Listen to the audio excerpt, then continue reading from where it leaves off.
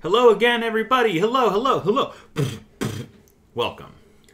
That was the dubstep intro. Yeah. That's dubstep, right? Thank you. You should be in the new Police Academy movies that are inevitable. Can you imagine Police Academy in this economy? In this academy? In this academy?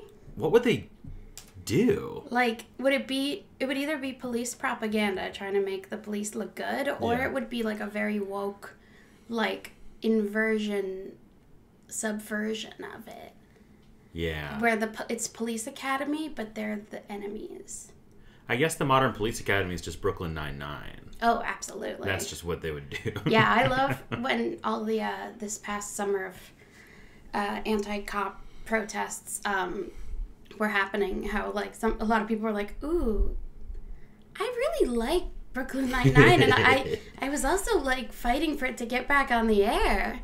I forgot that's about cops. Yeah, they were like, wait a minute. Yikes. So it's funny. Ladies and gentlemen, we got Well,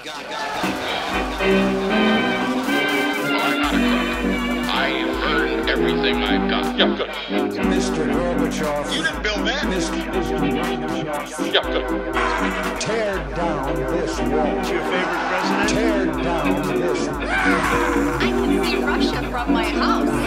Pokemon, go to the polls. Ask not Yeah, good. what your country. He did say well alive. Kyle, present. as we record this, and hopefully release this, it's a week till Easter. It's a week till Easter. It's a weekster. A Weester. And so I thought I would surprise you with a nationalparkservice.gov brief history of the White House Easter egg roll. Wow, okay, fun. Sure, tell me all about it. I'm just going to read it verbatim. Okay, great. Because I cited my source. You sure did. This is from the White House? It's from the National Park Service. Oh, right. So they don't have their own podcast, I assume. I So they're do. not going to get mad. Okay. National Podcast Service. The White House Easter egg roll is a popular event hosted by the White House. The South Lawn of the White House is filled with exciting activities for the whole family, including story time, games, live entertainment, and the traditional Easter egg roll. So I never knew what this was. I always see, like, we were watching National Treasure 2. And We were. Book of Secrets. Book of Secrets, and they reference the Easter egg roll. I just picture Easter that as, egg like, roll.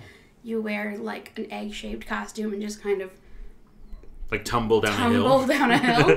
That'd be cool. Or you've got, like, an egg on a spoon and you're, like, running with it. Nothing rolls, though, when you run with an egg on a spoon. I mean, if you fall, it rolls. True. It has a great fall. Fair. Totally fair. And I know that there's, people in big bunny suits.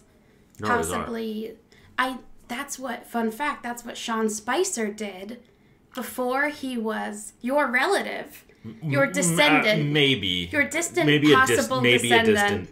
Not a relative. descendant. Okay. Ascendant. Your distant ascendant. Maybe. In your astrological chart. Maybe. Sean Spicer. He, also known as Trump's first White House press correspondent, who had a couple of ditties like, it was a really big rally and the Holocaust wasn't real. Yeah. Some classic hits. And now he's on Dancing with the Stars or something, or He The was, Voice. yeah. Well, similar to The Masked Singer, which he's probably on or going to be on. Remember Elizabeth Smart was on The Masked Singer? That was really... That's the only thing I know about The Masked really Singer, is that weird. one of them was Elizabeth Smart. I don't like it. Anyway, go on. Sorry. But also good for her. Sean Spicer, when he worked under the Bush administration, was their Easter bunny for the White House egg roll hunt. Ooh, that sounds delicious. Ooh, an egg roll hunt. An egg roll. Let's hide egg rolls everywhere, unwrapped, and eat them. That's a great idea.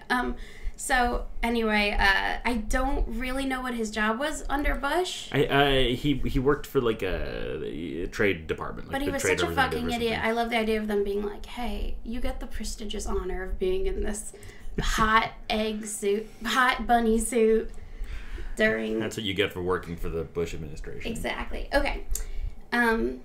Commemorative Easter eggs. The official 2020 White House Easter eggs came in 5 spring colors: gold, blue, green, pink, and yellow, and featured the White House North Portico on the front and the President and First Lady's signatures on the back. That means some children out there have some Trump-Melania eggs laid by them personally. They're collectible, one of a kind. You can buy them on whitehousehistory.org. Okay. Yeah, I'm doing it right now. Okay, no. Yeah, we should sign our names with Trump and Melania's signature. I'm going to buy 12 dozen Trump-Melania Easter eggs, and I'm going to hide those this Easter. That's awful. Okay, in the 1870s, Capitol Hill had become a popular spot for children to roll eggs, and themselves, down the hill on Easter Monday. As the event grew more popular, the toll on the grounds was noticeable. Because the kids got larger because of GMOs and stuff. Yeah. And of course, it was always the same kids. So eventually they were like 45 years old when it went down. In 1876, Congress passed a law forbidding the Capitol grounds to be used as a children's playground. In 1878, President Rutherford B. Hayes. Rutherford? I was trying to say Rutherford behave. Rutherford. But I just said Rubberbird. President Rubberbird. Issued an order that if any children should come to the White House to roll their Easter eggs, they would be allowed to do so.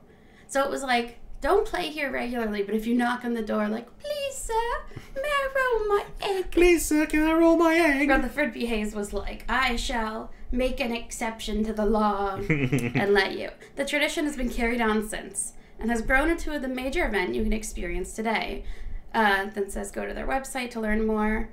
Okay, that's it. That's I think it's like a fun reference that, like, when you're watching The West Wing or Veep or National Treasure 2 Book of Secrets, the three good things about the president. They throw out a reference to the egg roll hunt because it's egg roll because it's hunt. so special. It's so wacky. Yeah, it's whack. I like the idea that it's kind of like trick-or-treating. Like, it's like, if ye, on Easter week, knock upon the door of Rutherford B. Hayes, he shall welcome you only in this short window to roll your egg. Rollerford B. Eggs. Rollerford B. Eggs. That's what he was known as by the kids. And in all the political cartoons, just him as a giant egg, and they're, like, criticizing his policies. Yeah. I bet he looked like an egg. I think he did. I think all those presidents at that time kind of looked like eggs. Oh, yeah. They were Speaking all of Humpty eggs, Dumpty. And... That's how they described... Okay, trigger warning, Jeffrey Epstein. Oh, God, no! That's how they described Jeffrey Epstein's bizarre penis. His peniche as being egg-shaped. Small and egg-shaped. It's Saturday. Why are we talking about Epstein's penis? Because we're talking about history and politics. And who was more beloved by members of the White House than that egg-shaped peen man? That's so true. Okay, back to what, Easter? Wait, no. Yeah, back to Easter. And I assume the White House does some sort of acknowledgement of Passover, but also a lot of anti-Semites in the White House, especially as of the last 4 years. So yeah, which is ironic because the last 4 years is also in, I believe, the only time that a president's had Jewish children. Ivanka's Jewish. She converted to be with Jared. Oh, yeah. And yet still so anti-Semitic. Yeah. Hey, what can you do? Vote him out.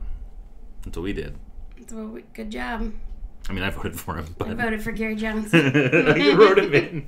I voted for Hillary. I'm still with her. I wrote Hillary in. So, Lucicho, what are we talking about today? Well, besides the egg roll hunt, yep. I thought that a thing that's in the news right now that it's kind of like, how do I feel about this? What's going on? How do I feel about this? Spoiler alert. How do I feel? I know the answer to the question. And to the topic. Buster Bluth is very sad because Julie Walter passed That's away. Right, R.I.P. R.I.P. to the Queen. To Madame Bluth? What's her character? Lucille. Lucille. I was like, wait, what the fuck? I saw on Instagram that Jamie Lee Curtis's, R.I.P. Jessica Walter post was about Archer, not Arrested Development. I was surprised I haven't seen more. Yeah, me too. But I mean, Lucille Bluth is so iconic. Yeah. But I just thought it was funny. I love the idea of Jamie Lee Curtis just watching Archer. Yeah. And that being what she associates Jessica Walter with. She's so awesome. Jamie Lee Curtis and Jessica Walter. Both very cool. Rest in peace. We love her work, and it's going to live on forever. I think Now we're going into Pop Culture Corner a little bit, but Pop Culture Corner.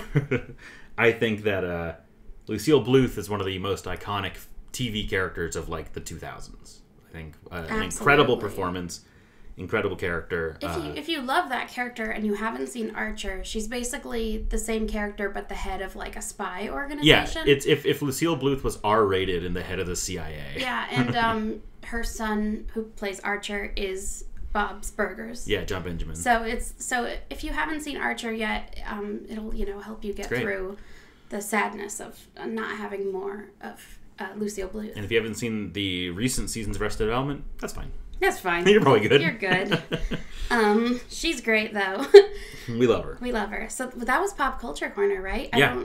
Armie Watch. He's under investigation for sexual assault with LAPD. Woohoo! And his first breakout role, Cameron Winklevoss, is in the news because he's super into NFTs.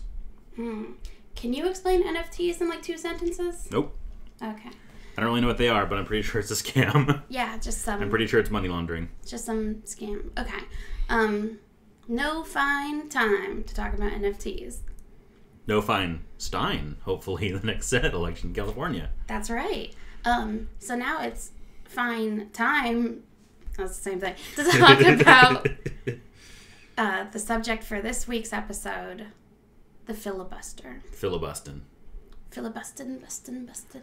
Filibustin makes me feel good. Feel good. Okay.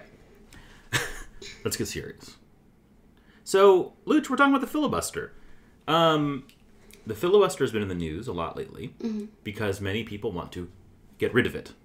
Yes. And many others want to keep it. And I've heard of it being used sort of as this secret bartering chip or thing of like, or this tactic of like Joe Biden in the news, this like, Joe Biden might get rid of the filibuster so more gun control legislation can be passed or things like that.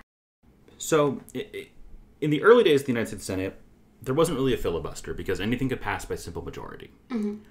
Now, if something did grind down in conversation, if debate just kept going, there was a motion called the previous question motion, where they could basically vote by simple majority to just go back to what they were talking about, end the conversation. Okay. In 1806, this was gotten rid of. Aaron Burr actually suggested getting rid of this when he was vice president, because vice president is president of the Senate. So he said we should get rid of this, and they did. What that did was it removed any other ability to end the conversation on something. There's no parliamentary ability to end debate, which makes the filibuster possible. So through the 19th century, there was technically the threat of a filibuster, and there were some sort of versions of it that were thrown around. But it wasn't really much of a thing, and it was basically accidentally created, because the filibuster only works if there's no mechanism to end debate. So filibuster's like flubber. Accidentally created. Yeah, exactly. And then, going up to World War I, there was a debate about getting into the war that was basically held up and fucked up by 12 anti-war senators who all filibustered against entry into World War I. And so realizing that this was a potentially very damning thing in the Senate, because this is basically the ability of any minority, of anybody with any one opinion, to basically stop the entire Senate from working over anything. Woodrow Wilson started campaigning to have what's called cloture, which is also called closure, and also, more fun, called the guillotine in some parts of the Commonwealth, which is basically a number of votes you need to end debate. Basically, it's like the previous question motion, but now it's just done. And so if someone's filibustering, everyone can be like, okay, everyone's sick of this guy? Good. Exactly. And they can all vote to end it. Yeah. Now, nowadays you need 60 votes to end it. You need 2/3 majority to end. Well, it was 2/3 originally, which was 67. Now it's 60 votes. Done. In practice, what this means is that if you want to pass any legislation that is at all controversial, you need 60 votes, not 50. So you need a supermajority. Okay. Not just a majority. So it doesn't matter who has the Senate, basically. you need to super duper have the Senate if you want any remotely questionable or controversial bills to pass. Wow. Because if they want to pass gun control, a public option, something, all you need is Ted Cruz to filibuster it. And if you don't have 60 votes in the Senate for it, and you're Ted done. Cruz loves to filibuster. He As certainly we've does. known, he loves to have like Snickers and stuff in his little podium. Yeah. So he can just He loves to grandstand and read no Snickers. Harry Potter or whatever. Yeah. So, and then this became even more of a problem in the early 70s, I think in 1970, when the Senate approved what's called a two-track system, where you could filibuster a specific bill without grinding the entire Senate to a halt. Okay. Because before the idea was if you're filibustering, Nothing. is the done. Senate is in quorum, they're there, they can't do anything else So until kind you're of done. like the government shutdown, sort of. Kind of. But now you can filibuster a specific bill while Senate business otherwise continues, which means the minority party, whoever doesn't have the Senate majority, is even more incentivized to just filibuster whatever they want, because they're not stopping really- budget appropriations or whatever. They can just grandstand about whatever they want. This is not really a great way to run a parliamentary system, because this basically means it doesn't matter who's in the majority. It doesn't matter who the people voted for to run the government if they can just stop the proceedings for no reason, not for no reason, but for whatever reason they want. Now, and also, this was not an intentional part of our government. This was created by accident because there was otherwise no way to stop parliamentary debate. Yeah. Now, the reason that President Obama and others have called this a Jim Crow relic, and I'm taking a lot of this narrative actually from an article in New York Magazine by Jonathan Chait, whom I otherwise am not a huge fan of, but I actually think he breaks this down really well, isn't that this was created for racist reasons. It wasn't created at all, really. It was created by accident. It's because if it wasn't for a deal informally struck with Southern Democrats to basically only filibuster civil rights things, then this would go away. This wouldn't be here. They didn't filibuster the New Deal. I mean, there was some, like grandstanding, but they didn't really grind it to a halt. They didn't really filibuster the Great Society in that way. The filibuster was basically only used by Southern Democrats against civil rights legislation through the 20th century. Fuck. And Richard Russell, who was a senator from Georgia and a self-avowed white supremacist and you know, Dixiecrat piece of shit, said openly, like, we're only going to use this for basically legislation that will help black people. Wow. And so when you say it's a Jim Crow relic, it's because if it wasn't for that deal, it would have been gotten rid of a long time ago. Wow. It was basically wasn't used very often. it was a pressure hatch, basically, is what they saw it as, like a pressure escape hatch for Southern Democrats. And now what it means to have this procedure in the Senate is that if you don't have 60 votes for something, you can't get it done. And what's frustrating about that is that the way politicians get votes that they didn't previously had is by making, you know, under the table deals with these people. And it used to be that things were a little more bipartisan, in the sense that the two parties had more ideological diversity within them. So, you know, Strom Thurmond, classic piece of shit, or Robert Byrd, classic piece of shit, although he did do one good thing, we're going to talk about the filibuster, could filibuster civil rights movement legislation. But because there were also liberal Republicans from the North that would team up with the Senate majority, in the Democratic Senate majority, to pass cloture, to get the 60 votes and pass it anyway, it didn't matter. We don't have that anymore. It's purely party line, basically. Yeah. Mitt Romney's not going to vote for a public option. You know what I mean? You know, he's probably the most liberal Republican senator there is right now, like Romney and Susan Collins and Murkowski. And they're all probably still to the right of Joe Manchin. You know what I mean? Like, that's how polarized the party is, or the Senate is. So that's the argument for getting rid of it.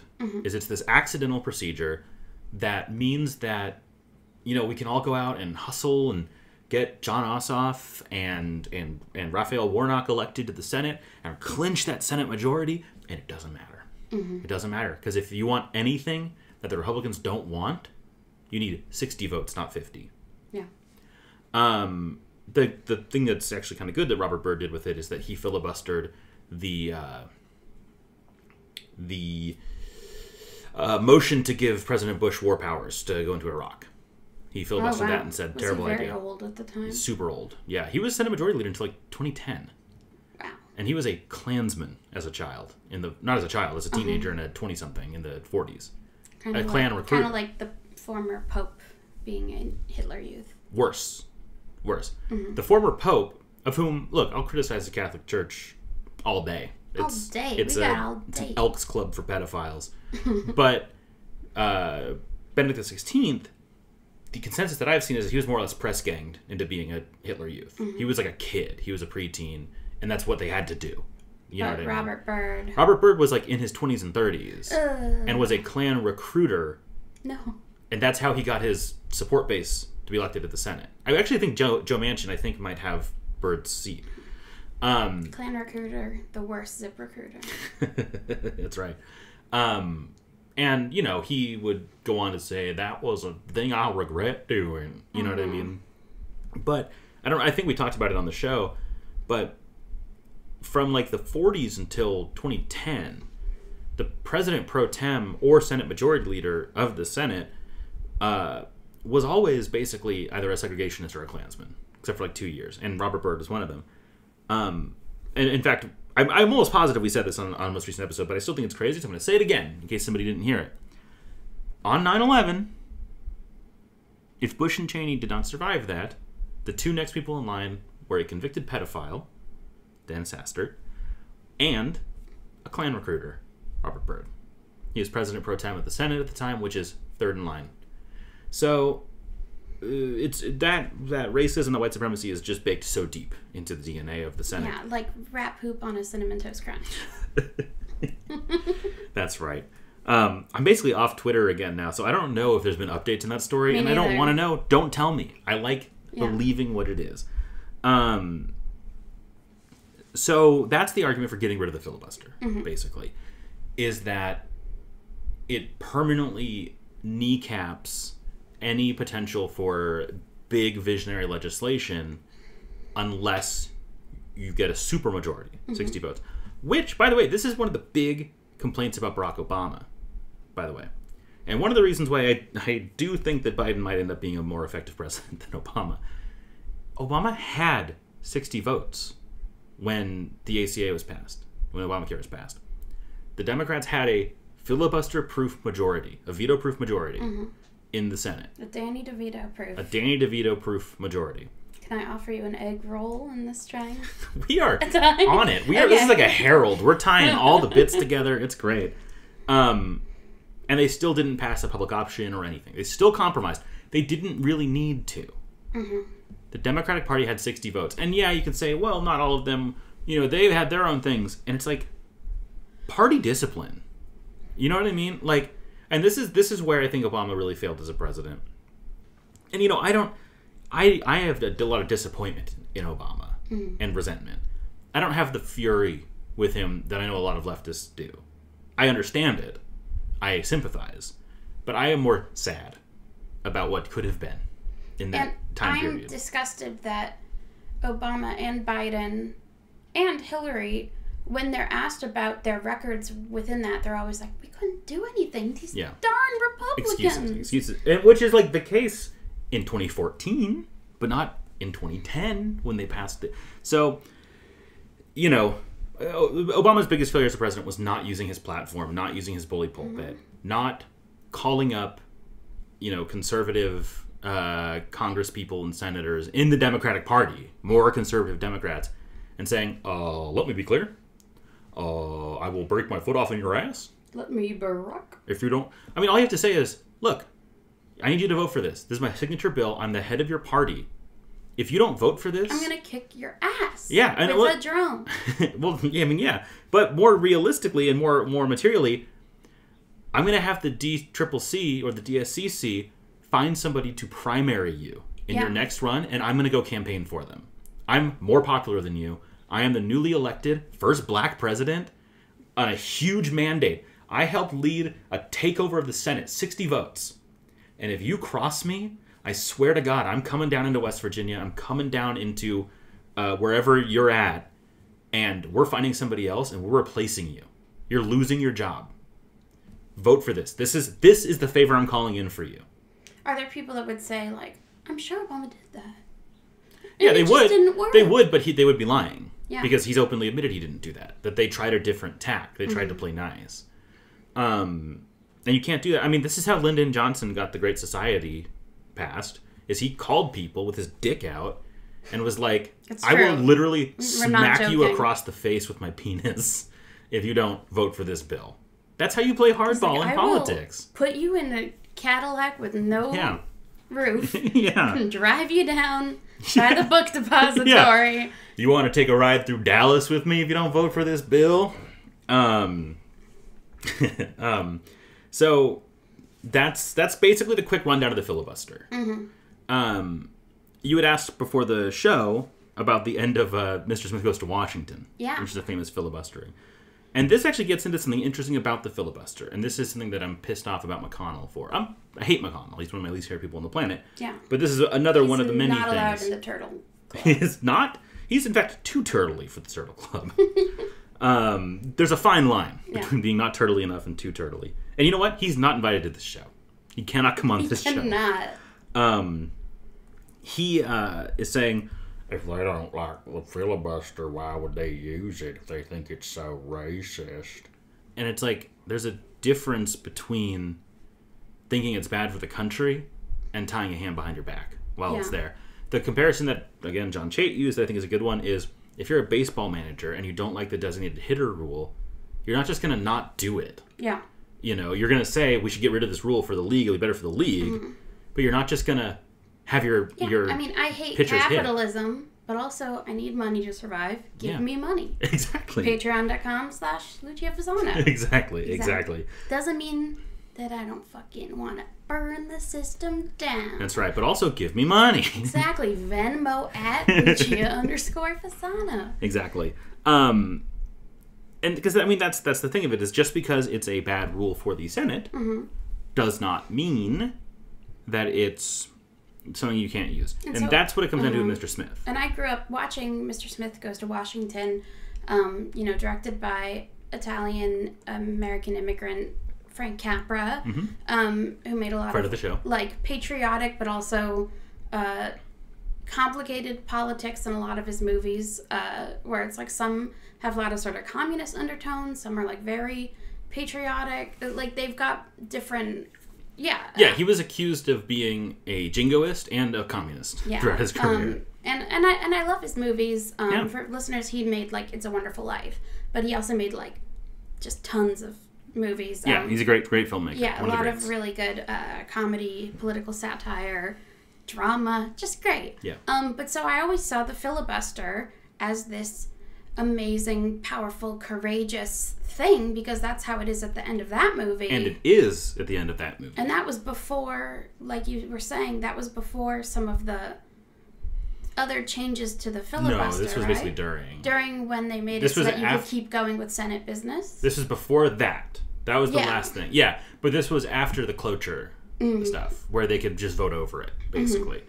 And this is exactly the time period when it was being used by people like Strom Thurmond in the 30s and 40s. And if you haven't seen Mr. Smith Goes to Washington, it's not like the Simpsons episode with Mel Gibson, where Mr. Smith just starts like massacring everybody. Yeah, it's more like the Simpsons episode Mr. Lisa Goes to Washington. Yes. You can talk about it. No. Oh, yeah. Talk about the movie. Well, at the end, there's and it's funny, it is actually very similar to Mr. Deeds Goes to Town. The Adam Sandler movie? Which is not the Adam Sandler movie. Where in Mr. Deeds and Mr. Smith, it's like these small town, good guys. Bumpkins. No. These, like, just sweet, all-American guys with, like, idealistic hearts. And they go to, these new lives with all these upper-class scumbags, and they're just like, what the fuck, everything's so fucked up. So that's and then at the end, Mr. Deeds and Mr. Smith, they both basically have amazing monologues about like, why are you so fucked up, why don't you help your fellow man, what the fuck. And it's just amazing. Gary Cooper and Jimmy Stewart. Trying hard to look like Gary Cooper, super duper. Okay. Come, let's mix with Okay, rock no. Rock with He sticks said, and "Come, let's umbrellas mix with and Barack rubber." Obama. But yeah, you explain. Yeah, so the end of Mr. Smith, basically, Jimmy Stewart, the idealistic young Jefferson Smith, he is a junior senator from an unknown state, although he's based on Burton K. Wheeler from Montana, and it's implied that he's from a western kind of rural state. He's got this bill that he wants to pass to appropriate some land for like a national boys center, like a Boy Scout center, basically. Yeah. And the senior senator from his state, Claude Rains, at first he's like, great. And then Claude Rains learns that he's actually part of Claude Rains, has agreed to this graft bill that's going to be put in the appropriations bill that they're doing, where they're basically going to sell off this land and profit from it, right? This corruption deal. And so instead of like helping inner city boys go have fun. They'd be rural boys in this instance. Rural boys. Outer city boys. Outer city. But so he decides to try to stop Mr. Smith from doing this, and Mr. Smith's like, oh, no, we got to do it. And so they try to, they get in a conflict about it. And so Senator Smith does a filibuster to stop the appropriations bill because he's been accused now, using fabricated evidence, of owning the land that he's trying to buy to set up his boys center. So basically he's being accused of trying to have the government buy land he owns. Yeah. So he's being accused of corruption. Yeah. And so he decides to filibuster the appropriations bill that's going to pass this corrupt thing for Claude Rains by basically buying time and proving his innocence. That's what he's trying to do. And it's a great movie to watch in its entirety, but you can, on YouTube, I'm sure, go and just watch that scene. It's awesome. Yeah, and so what he does is he does what filibusters were basically meant to do at the time, which is he just waits him out until finally Claude Rains can't take it anymore, and he comes in and he admits, what's up. And then he tries to go kill himself, which is pretty gnarly. Then he becomes invisible. But so that's the use of the filibuster in that, is that in order to stop a corrupt bill and prove his innocence, Jefferson Smith buys time, basically. And he shows the merit of his character. Like, he's not eating Snickers. He's exhausted. It's the equivalent kind of like a hunger strike in the movie. Like, it's like he's not eating, he's not sleeping, he's exhausted, and he's just trying to prove like exactly. It's basically a hunger strike. Cause. Yeah. It's like 25 hours that he's up there talking. Yeah. And then that's the romantic part of the filibuster, which is so removed from the reality of Ted Cruz eating Snickers and reading whatever. Yeah, or Patton Oswalt in Parks and Rec talking about Star Wars, which is a great scene. They let him improvise everything he knew about Star Wars and Marvel and DC and all of it. That's also on YouTube. If on YouTube, you should watch Patton Oswalt monologuing. But yeah, I think of probably around like 6 years ago. It's the era of the war on women. Yeah. Wendy Davis, famously Democrat from Texas. Mm-hmm. She famously filibustered against some anti-abortion thing. And I remember wore fancy sneakers. Yeah, she wore like nice sneakers, which went viral because she was just on her feet that whole time. Yeah. And it was really like a sacrifice, and it was really standing up for this injustice. I think it was like going to shut down some of the only clinics or something like that. And that was an example of where, at least, like I was like, wow, this is incredible. This is and then Bernie Sanders over the, last New Year's, like he was filibustering for getting us the stimulus package. But you know what happened with both Wendy Davis and Bernie? What happened? They failed. Yeah. Because the filibuster, even though it's not good for politics, is a noble thing to do. Yeah. Like, when it's used nobly, it's noble. Because it's part of fighting for these things. But in a lot of these instances, it doesn't work.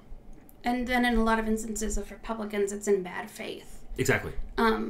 Which, it's like, I'm sure there are some Republicans that have filibustered that really believe, like, I just want to protect the babies. Or, even if they're in good faith, they're still stupid. They're still stupid, and it's it's still illogical bad. and in Yeah. bad faith. Yeah, but it's like most of the time it's like, you know, I mean, hasn't filibustering shut down the government a couple times? Like where it was like, hey, if we don't vote on this by midnight, there's going to be a government shutdown. That's and more people, complicated like, than filibustering. That's more just not coming to an agreement. But I feel like people like Ted Yeah. Cruz were purposefully holding on, like, Yeah. we're not gonna let it It's a happen. similar thing. It's a similar thing, but it's not strictly obstruction. Yeah, it's a similar obstructive thing. Yeah. It's Where you like just saying drag it on. They failed. Exactly. You're saying that people like Wendy Davis and Bernie, their filibusters failed. Yeah. There's nothing else to say about that. They just did. Okay, I thought you were going to explain why. No, they just failed because they didn't have. They were able to muster 60 votes and overcome it. Yeah. Or they just ran out of time. They outweighed it out. Most filibusters fail. Yeah. Usually they just buy time, because eventually you get to the point where you either have the votes to overcome it, or if you have the threat of a filibuster, then the vote just never goes to the floor and they don't have to do it. Interesting. So a lot of the times, because there's a threat of a filibuster, they'll be like, well, there's no point in putting this there because they're just going to filibuster it and we can't overcome it. We don't have the votes to overcome it. Do you know some examples recently of that happening? Well, it's hard because it's a negative. It's like proving a negative, sort of. Yeah. But We don't necessarily know for sure that's what happened. exactly. But a lot of times when bills get watered down, when visionary legislation gets taken out, people will go on CNN and MSNBC and say, well, we don't have 60 votes. So they could have filibustered it and we wouldn't have been able to pass it. So what would the Senate be like with no filibusters? Let's say no filibusters and it's a Republican majority. Yeah. I mean, have filibusters ever really changed things for the better?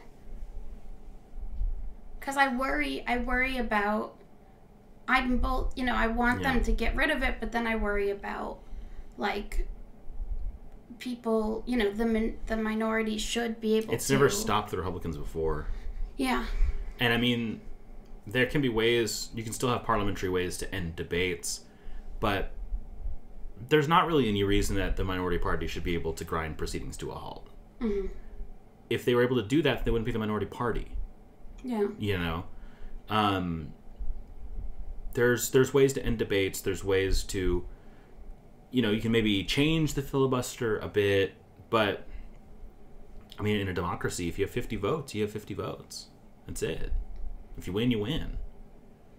The idea of in a an actual democratic or an actual social democracy that the 50 votes were people that were voted like honestly and in a, you know, in elections that weren't tampered or elections that weren't you know, voter suppressed, and a real democracy. A real democracy where it's actually representative of, like, where the minority party isn't, you know, people that want Medicare for all or something, because a lot of people do want Medicare for all, but their votes get suppressed, and so it's hard when it's like there is the tyranny of the majority, where it's like, do we want those 50 votes? But it's never been used that way. Yeah. It's always been used in the opposite. That's been its function, basically, is to prevent progress. Yeah. Keep things status quo. Exactly. And there are already checks on what the Senate can do. The House is a check on what the Senate can do. The President, you know, doesn't have to sign a bill. If the Senate sends something to the President and he goes, no, fuck this. Were there then that's bills it. Trump didn't sign? Yeah, I mean, the big to-do about the second stimulus thing before the run to the election was all about, like, you know, Trump not willing to sign it, sending it back to the Senate, redoing it and stuff. A lot of times, like with the filibuster, a president doesn't have to not sign the bill because they know that if they send it, he's not going to sign it. So they just fix it until they know he will. So it's like a looming threat that doesn't usually have to be done. But there are definitely times when the president gets a bill and just sends it back and says, no, I want this. So who has the power to eliminate the filibuster from existence? The Senate. The Senate. They can vote on it. Yeah, they would. And someone can filibuster that. I actually don't know if you can filibuster Senate rules. I think that those might just be simple majority vote. Yeah, so the Senate, they vote on their own rules, their proceedings. So Kamala's head of the Senate right now? She's president of the Senate, yeah. So she'd be the one that could propose that, or can any senator propose Senate rules? I think any senator can. So right now, there's a lot of Congress people that email me and are like, we need to end the filibuster. They don't have the power Congress to propose people can't. that. Yeah. So, but I think Bernie says end the filibuster. I mean, like, how... Bernie doesn't want to end the filibuster. He doesn't want to end it. I think that he's warming up to uses it. Yeah, I think he's warming up to it. Because it's becoming increasingly clear that it's just not much you can do. Yeah. We can talk about theoretical ideas of where the majority can do bad things, but Republican Senates already do bad things. Yeah. There's no difference. And as it stands now, the other bad thing they're doing is they're going to stop any potentially good legislation from passing. Because they can just filibuster it. They can grind it to a halt. And there are other checks on the system that are in the Constitution that have been set up. And also, part of the problem is that in parliamentary democracies, where you don't have just these two parties that are first past the post, you would get that 50 votes, or the majority votes, by forming coalitions, not just having one party do everything. Which is even closer to how it used to be in this country, because we still had the two parties, but there was so much diversity between the two parties that, like, Southern Democrats and conservative Republicans were in coalition, and Northern Democrats and liberal Republicans were in coalition. Mm-hmm. And so, you could find the votes that way. But as it stands now with this hyper-partisan, hyper-ideological... Basically, the Senate is split 50-50 right now. Yeah. Which is part of the reason why they have to play the Joe Manchin game. Ugh. Because, I don't think Manchin's ever going to switch parties. But if he retires, that seat's going to a Republican. We're losing that seat, basically. Okay. So what are some of are there any clear rules for the filibuster? Like, I know you can maybe tag team, be like, you take over for me, and you're filibuster. And what are some of the... You can talk about whatever you want for as long as you want. Can you go to the bathroom?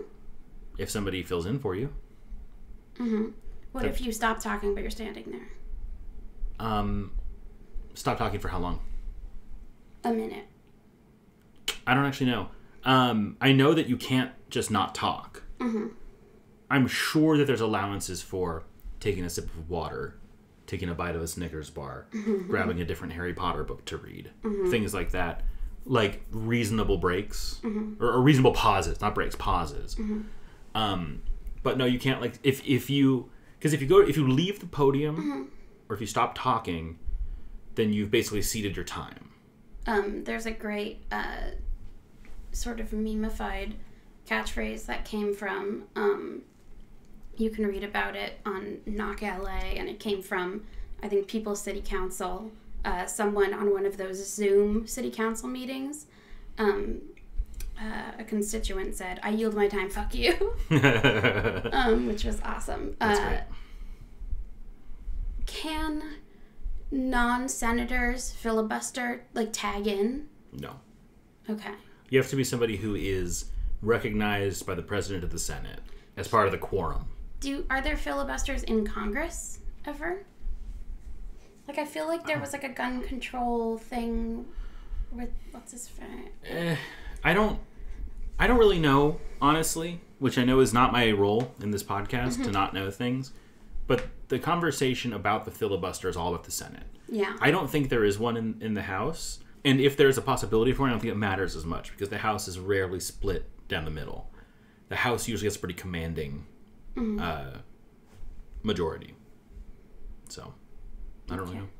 I don't think so. It's not the conversation. The conversation is all about the Senate. It's interesting to envision what the next 4 years of the Biden administration would be like without a filibuster. Maybe some good things could get done. I'll tell you what I think. Do tell. Wait, don't tell. Just kidding. Okay. All right, goodbye, everybody. Like that you've been like, don't tell. I mean, do tell. Ooh, don't tell. Ooh. I think that assault weapons will be banned. Oh, I hope so. Without a filibuster. I think we'd have a very large infrastructure bill. I think the minimum wage would go up. And I think that we would have a large green program, not a Green New Deal, but a large green energy, subsidy like a program. big Grinch. Yeah, like a really big Grinch, and I think we'd probably get a public option. Wow. And I don't think we get any of that without abolishing the filibuster Or abolishing Mitch McConnell. or abolishing the Senate, Yeah. which is a whole other episode, but that's something that I'm in favor of. What? Okay. We'll talk about it in a different episode. What? Oh, what? Oh, wow. Oh, wow. Well, I think this has been a very informative episode. I think that's true. We learned about eggs, rolling, hills, Sean damage, Spicer. Sean Spicer, signed eggs, Trump eggs, Melania eggs, Yeah. Oh! Baron eggs, Hold on. I peeked when I did that because I was too close to the microphone. Baron eggs. Another quick thing that we should talk about before we go, because we're at 50 minutes. That's pretty good. Wow. We can fill it out to an hour. We probably won't. Is Biden had his first news conference. Oh, His yeah. first news conference as president. That's where he talked about how he wants to make changes on guns. He's like, they should be blue Just- and Listen here, Jack. have lasers. Here's the thing I can think about. You got a gun, you got one barrel, sometimes you got two. But listen here, Jack, He consider doesn't this talk that 4 fast. barrels. He's He like- sometimes does. No, but he does. You're right on. But it's more like, listen here, Jack. You got so many. That's Like, right. do Mine what you're keeps becoming doing, but Boomhammer. slower. Yeah, do the same thing, but Well, slower. listen here, Jack. They're always talking about you got gun 1 barrel, you got gun 2 barrels sometimes. Here's the thing, I'm looking at these And then he gets loud. At guns. some point. I'm He's looking like, at Guns I'm looking at. Guns I'm looking 4 barrels. at. Okay. Proposing 4 barrels. Okay. So what Okay. did he really propose? I mean, he wants to get rid of assault weapons, and there's some other thing he wants to do with guns. I don't know. He's like, I saw Hunter snort Guns. angel dust off a machine gun. He also, his administration coming in, they said they wanted to do, I believe it was 100 million vaccinations in the first In 100 100 days. million days. Yeah, well, in the first 100 days. Yeah. And part of his press conference was that they hit that. We did it. Yeah, they hit that in the first 50 days. So now Mission they're, accomplished. So now they're saying 200 million vaccinations in 100 days. So which is kind of like, it's fun. It's like, we did it, we're keeping going. And honestly, we're keeping going. is that kind of, which I've said on the pod, what we need with the coronavirus is that kind of World War II collective war effort. Like, we all need to pitch in and Exactly. help. So it's like, we're going. So that's good. He also said that he's planning on running for re-election. He said the thing that presidents always say, which is, I don't know. Like, I can't make plans 4.5 years in advance. Who knows? And one of his quotes is like, I'm a big believer in fate, so I don't know. Jeez. But at this point, I'm planning on running for re-election. And they said, like, who would your running mate be? And he was like, come on, man. Kamala Harris. Like, so. He's like, Kamala, man. Yeah, come on. Come on, man. He's just gonna run as one of those heads in a little tank Yeah, from from Futurama. I'll tell you this, Kamala's going to have to get a better stairs guy if she wants if she wants to be president anytime soon. Kamala's gonna go up Air Force One and just drop a bunch of banana peels. I love the idea that he's like Mr. Magooing his way through a bunch of attempts from her. Like she's putting butter all over the stairs and he's just like, dang, man, these are And slippery. he lands on his feet. He's all good. Yeah. Great. So those were like the big highlights. Okay. They also asked, like, do you think you're going to run against Trump in 2020? And he was just like, I don't know. I'm not even thinking it. Who cares? Which is kind of the right answer. Yeah. Fucking no more Trump. No more Trump questions. I want to hear about Trump. Yeah, it's so I'm nice sick and tired of not hearing about this him. guy's damn life. All sick and tired hearing about your damn Trump. Yeah.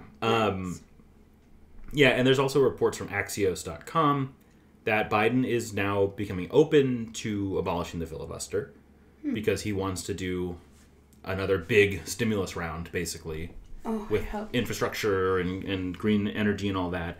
Also, part of that is he wants free community college. Freak community college? Yeah, he wants community college for freaks. Just allowing them access to it. They're like juggling and shit. Yeah. Yeah, the rival of the Greendale human beings.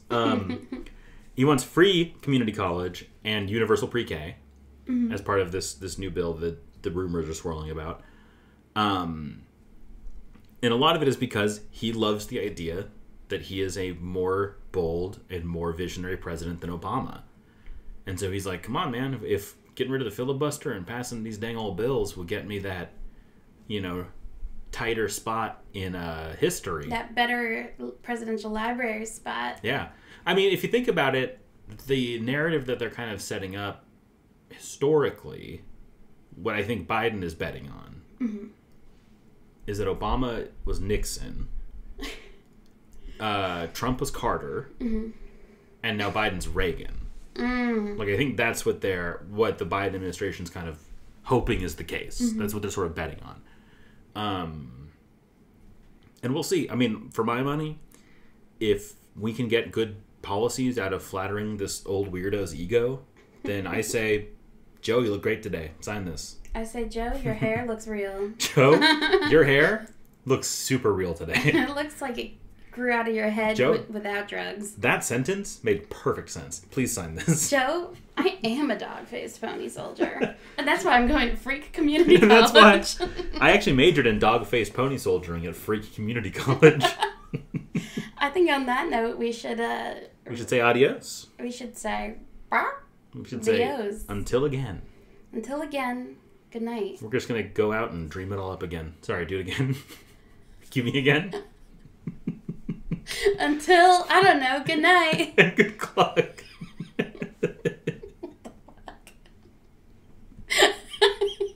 You're just like, sweet dreams, my baby boys.